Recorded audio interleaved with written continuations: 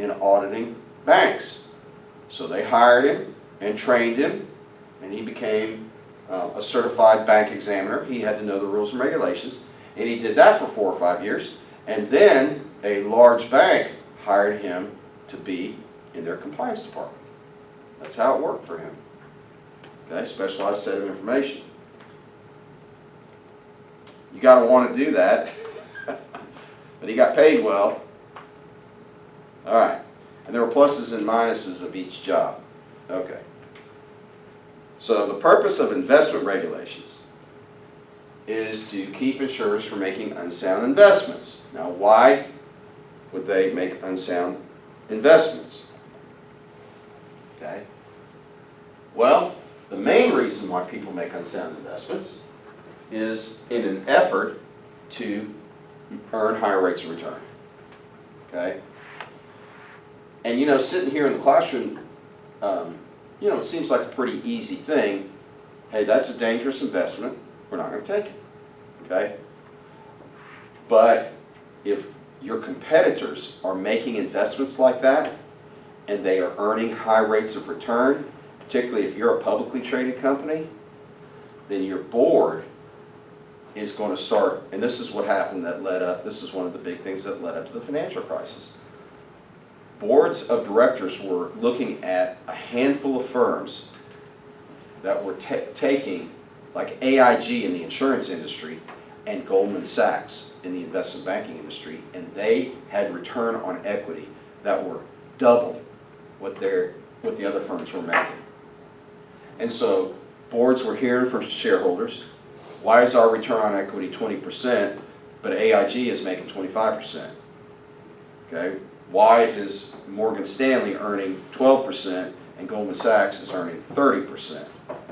And so the boards started putting pressure on management to do the same kinds of things that these other firms were doing. They were saying, hey, we want our share of that.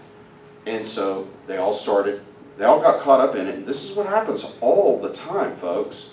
They all got caught up in these crazy activities, and then it all blew up, because now it's on a large scale and it's systemic, and it all blew up, and then Congress comes back in and says, we're going to come up with rules, laws and regulations that will prevent you from doing those things in the future.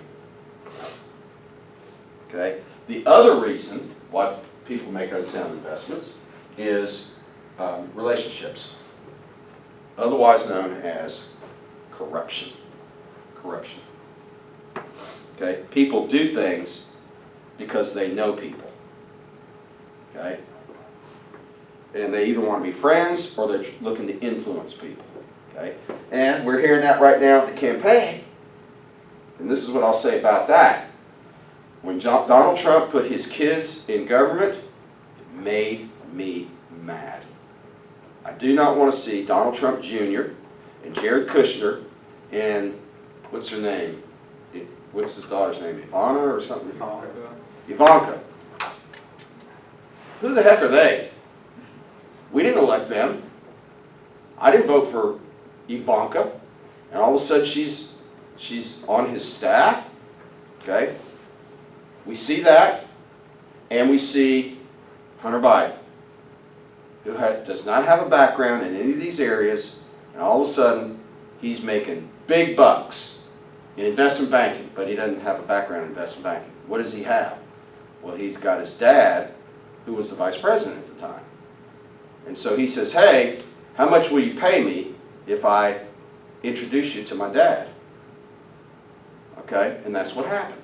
And so we have Hunter Biden. And that has happened from day one in every political system. Okay? And so I don't care what Joe Biden says, Hunter Biden should not have had access to anything dealing with the federal government. Joe should have said, I am not meeting anybody, and any deal that you are involved with, I am not going anywhere close to it. He and Obama should have put the kibosh on it, and they didn't. And shame on them. And now, as far as we know, Trump's kids aren't personally benefiting from working for the government. But to me, it doesn't look good. And some people say that Trump is profiting from the government. His businesses are profiting from it. I haven't seen any evidence of that. I think it's the opposite. Trump was a multi-billionaire coming into office, but if they are benefiting in any way, shape, or form, I think it's horrible. It's horrible. This is public service. And I know I'm naive in thinking that people should be in it to help the country, not their own bottom line. I know that's naive, but I would hope that people would do that. So we'll see, but we're seeing it now. Corruption. All right. So again, they're both guilty of it. All right. So laws will address types of investments that you cannot enter into. Okay. Laws will tell you what percentage of each type of investment you can have in the portfolio, and certain measures that your investments have to meet in order for you to own them. And in particular, bond ratings. Bond ratings. Because we saw that bonds, for the general account, bonds dominate the general account of a life insurance company, and they dominate the investment portfolio of property casualty companies. So there are regulations in place that tell you what kind of bonds you can own, what percentage of your portfolio can be in those bonds. It's like a investment policy statement, and what the credit rating, the bond rating, must be. Okay, and that's important. So property casualty, they hold shorter term investments, less stock. Life insurance companies own more long-term bonds and more stock in real estate. Okay, and so they have to report on them.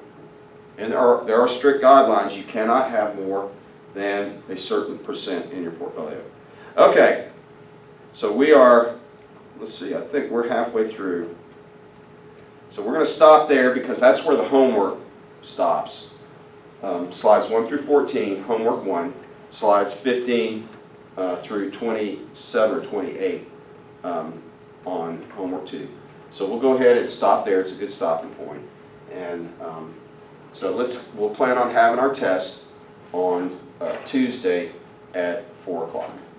All right? Okay then. Peace out. Shalom.